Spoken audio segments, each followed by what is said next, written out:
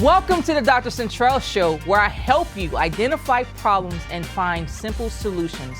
When we eat bad stuff, and it also comes from stress, it comes from antibiotics, it comes from all sorts of stuff, it beats the heck out of the inside of our gut because we have good bacteria in there.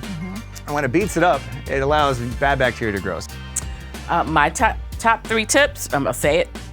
1, plan and research the destination that you're going. I talked about that before. 2, stay hydrated. You always need to stay hydrated because it reduces the risk of lots of things like jet lag and dehydration.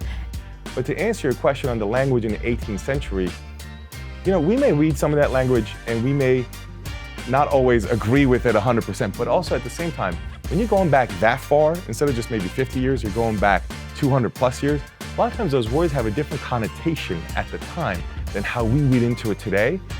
Common trait is actually not a classical trait. So the classical traits would be hyperactivity, impulsivity, and inattention.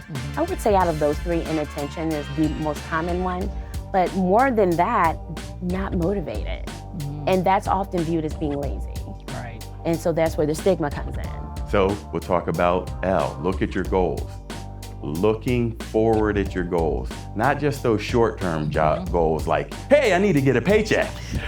Let's look at those long-term goals like, hey, I would like to have a life in which I may be able to travel. I may be able to do some things. The more you're able to identify what you really want and what you want to know and have it come out of your mouth, the more you're able to be in alignment with what's really real for you and important to you, the more you can get out of this life. Whether you think you can or you think you can't, you're absolutely right.